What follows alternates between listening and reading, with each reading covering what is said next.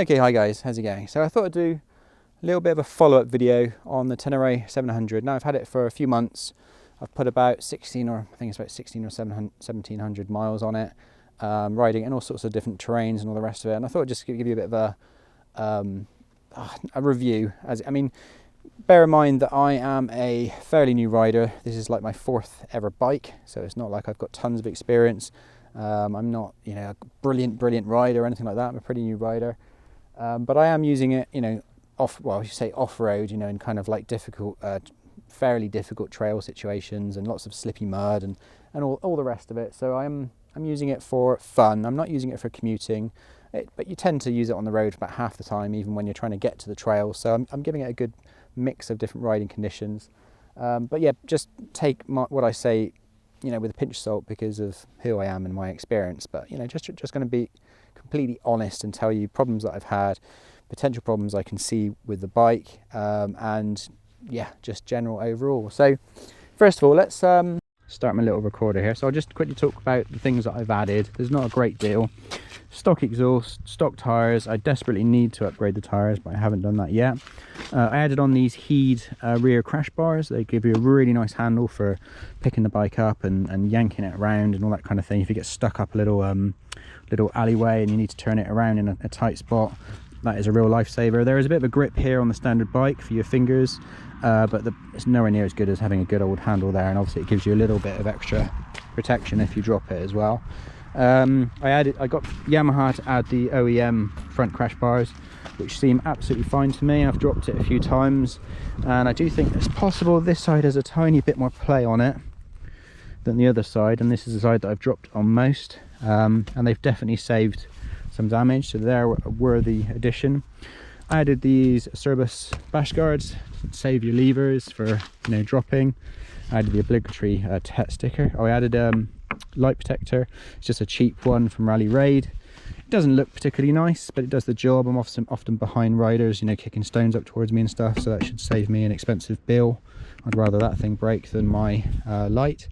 Also from Rally Raid, I've got these little nylon nuts here, which the issue is with these, that this nut's quite exposed. So if you have the metal bolt in there and you clip a stone, it can basically just shatter the bottom of your forks. So with this way, using these little nylon ones, you just lose the head of the nylon bolt instead.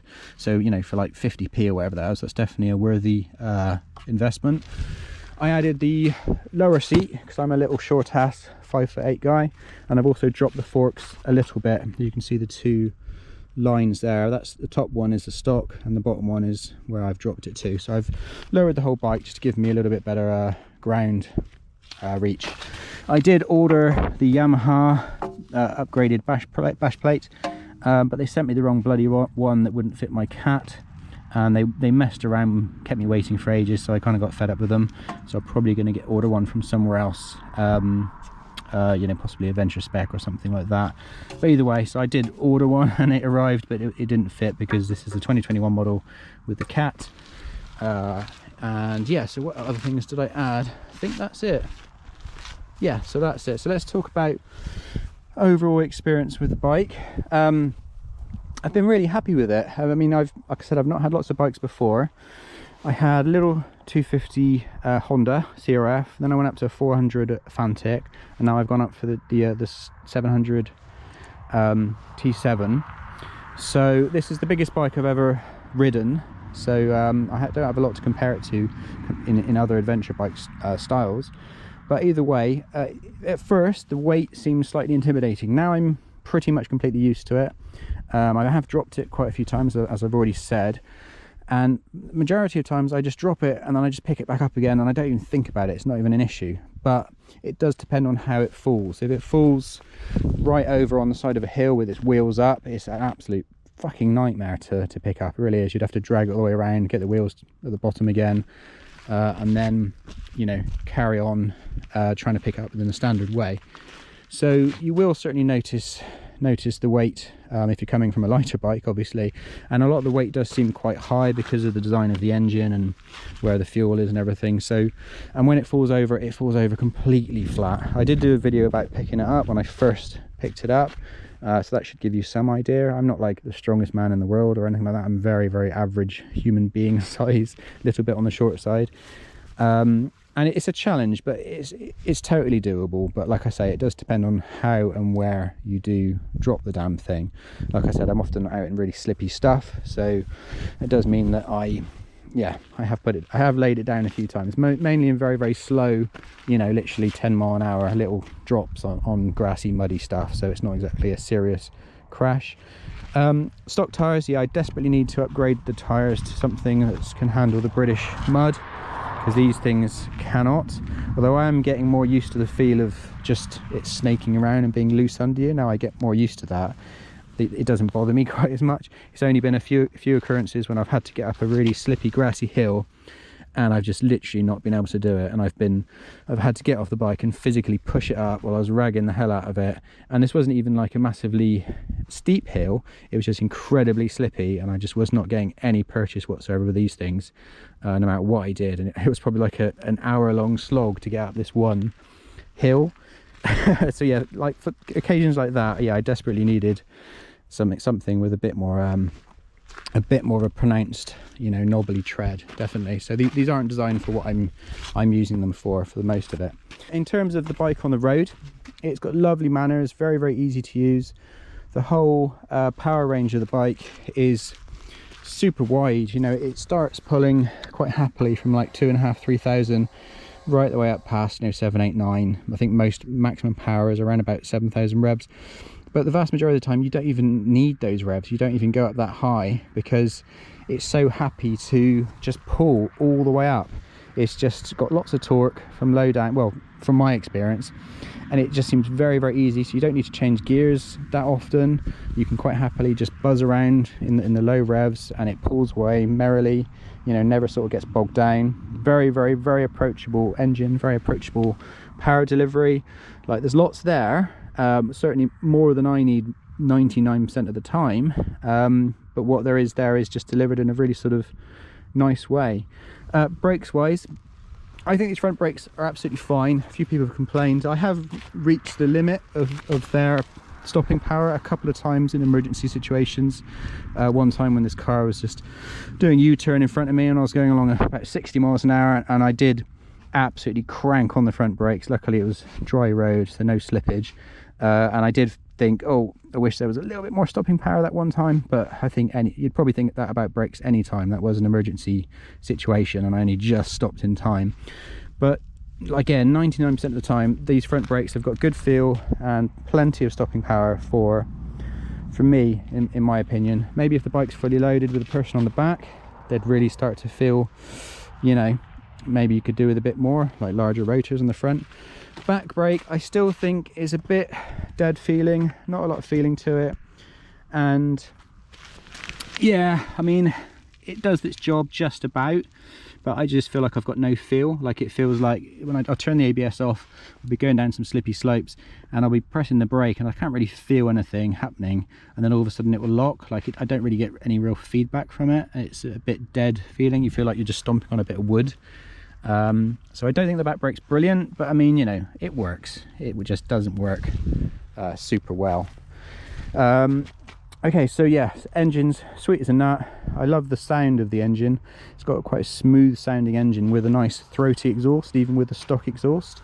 So it has that nice feel to the engine, that it's very smooth, like I said, the power delivery. But it also sounds nice. It sounds refined. It doesn't sound clunky. And I've also noticed when you're sort of cruising around in quite sort of low speeds, especially when you're using the engine braking, like going down a hill or something, you'll notice hearing a kind of like a turbo-like whistle from the air getting sucked in to the airbox under there, which is actually quite a nice. It gives the whole thing a little edge of like this little turbo noise. Turbo sort of whistle noise. It's obviously not a turbo, but it does have that noise about it. Okay, so that's the braking, that's the engine. Let's cover a couple of things that I think are a potential issue. The support for the exhaust here has a tendency to bend in quite easily. It's part of the subframe, so you can write the bike off quite easily by bending this lots and then damaging it. you know, technically write it off. Obviously the bike's still fine to ride again, you just bend it back out. But then also the issue is it bends in and then the exhaust rubs against the swing arm, because as you can see the clearance there isn't that great. It's quite easy to hit this exhaust quite hard because it sticks out so far at the side of the bike. And then yeah, then that can damage the swing arm, so you end up basically having lots of damage on the swing arm, you know, lots of, you know, gouges out the swing arm, and then also technically a written off bike because because you're bending the subframe. There's a couple of things you can do. You can get a high exhaust kit, which basically cuts this off and then adds exhaust up into this space and reroutes it. A few people do that. That obviously kind of eliminates the problem, gets it out of the way a little bit, and also because you're not on a big long hanger then, you know, there's a lot less leverage, so even if you do whack the exhaust, which is less likely because it's higher, it basically tucks it out of the way, so it's just less of an issue. Not something I'm going to do right now because the bike's still pretty new. Might be something that if I do bend the hanger in and I do have that issue, that I'll then use that as an excuse to do the mod and put the different exhaust on. Other issue I would say is, I know we've got a beautiful sunny day here today, but in Cornwall we've got lots of salt, lots and lots of moisture, loads of rain. I keep the bike inside the majority of the time, but there's been a few times when it has stayed on the drive, you know, when it's been raining and it's stayed, you know, wet on the drive. And I don't think it's massively weather resistant in a few areas. The discs will rust up very quickly, like pretty much within the first week of owning the thing from brand new. I noticed little bits of rust appearing on the discs. I know that's kind of standard for most bikes, but you know, just to let you know. And the other thing is the spokes will corrode very quickly as well. The front ones of mine don't look too bad, but the back ones, you can see they're starting to get discolored. And this isn't just dirt on here, this is corrosion, very mild corrosion, but you know, surfaced corrosion starting to appear on the spokes. I've noticed lots of reports of people, the spokes rotting out really quickly, and also even the metal in the rims is starting to corrode as well, where the spokes go into the rims. I've been really looking after mine. I've been cleaning them lots and even rubbing oil onto the spokes and things like that, trying to keep them sort of semi-protected.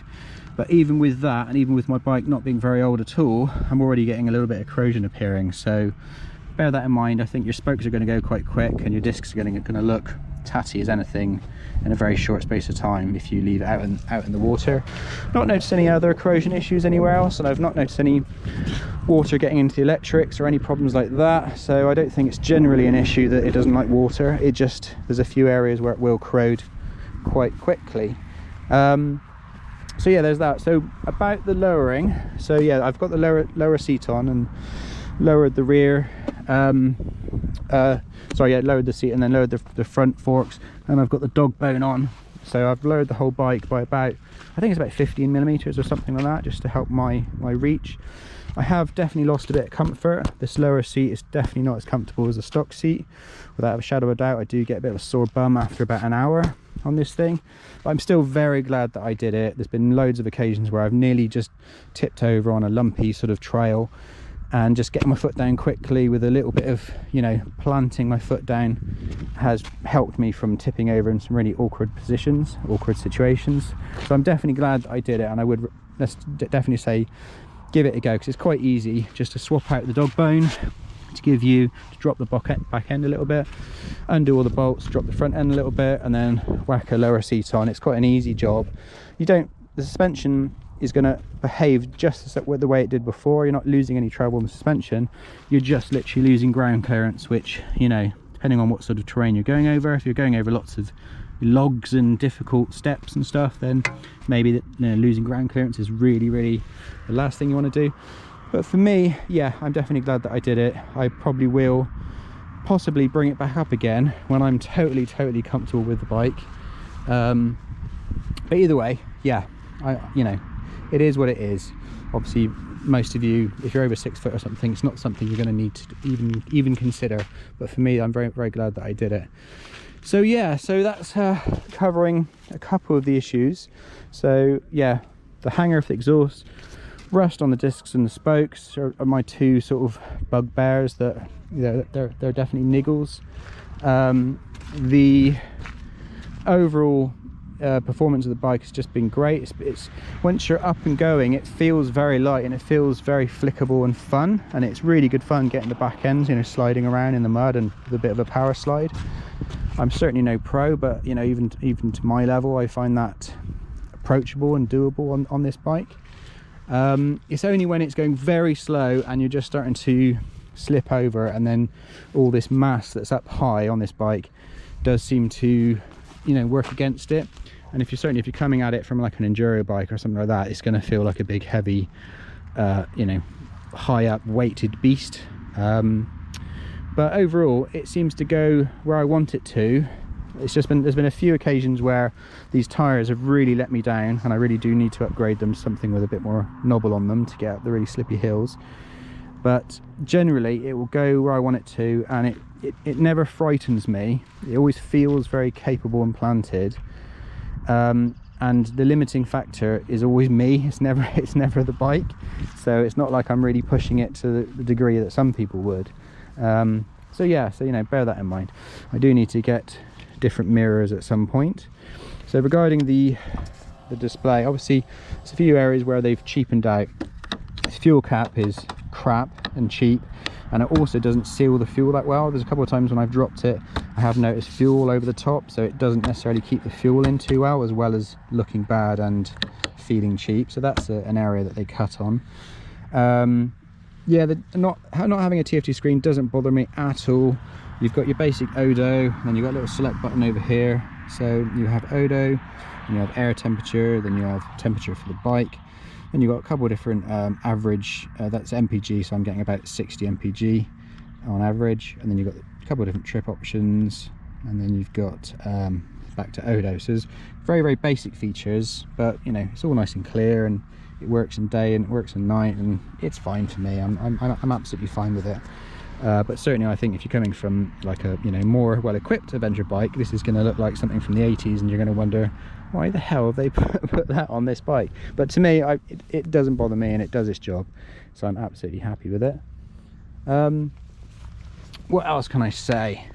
I think I've covered most of the things I wanted to say, really. Overall, it really is just I've been happy with my purchase.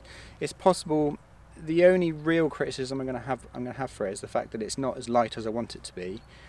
But you know, that is just the nature of this type of bike. It's not necessarily a criticism of this specific model of a bike. So you know, I'd be tempted to get something which is a little bit more nimble for my next bike. You know, coming from a 250, then up to a 400, then up to this 700. You know, I feel like I'm progressing in a natural way, and I'm doing what I should be doing to kind of feel out the bike market and figure out what suits me for my type of riding. You know, I'm not commuting, I'm not doing anything, I'm not really using it to get places very often. I am just literally using it for fun and to get places for fun. So yeah, so I've got to think about it in that way. And so it's possible that unless I'm doing lots and lots of miles, something without the wind protection that is a bit lighter and a bit more you know, enduro leaning might suit me better. But either way, for what it is, I just think it's a great bike, and it has good road presence. Like, you don't like, whenever I was on a smaller little bike, you have that thing where people kind of expect you to go slow because it looks like a little pop bike, whereas this thing does look like a proper bike, and people will give you a bit more, it feels like people give you a bit more space just because the bike itself is a little bit more, has more road presence. It's a little bit too big for me because my stature on it makes the bike look bigger, or makes me look smaller. I'm not really sure, but it definitely is designed from the factory for a taller rider and for a bigger rider. So bear that in mind. If you are a bit hobbits-like, then make sure you get a test drive before you put an order in, because it's not just the physical height, it's also the fact that the weight is quite high on the bike, and that does take a little bit of getting used to. For me, it did anyway. But overall, I still love it. It's just such a smooth, it's just a lovely engine. It's a lovely engine which you enjoy playing with. It's got all the power that you're going to need for really most types of riding, certainly off-road. It's got plenty, and it just feels sort of planted. It feels flickable and light. The minute you're doing over about 15 miles an hour, it feels like a little light fun thing that you can just throw around. Good on the twisties, good on the loose stuff and all the rest of it. It's only when you're going really, really slow on the really technical stuff that you suddenly are aware of that extra weight, from me anyway at least. But anyway, so I hope I've covered a couple of things there, a couple of issues, potential issues with this bike, and I've covered a little bit about my experience with it over 1,600 miles of very mixed terrain. I think I'll leave that there, guys, and hopefully some of that was useful. I'm sure I forgot something. If I did, I'm going to write it on the screen now so you can have a little look. Anyway guys, hope that was useful, and I'll catch you next time.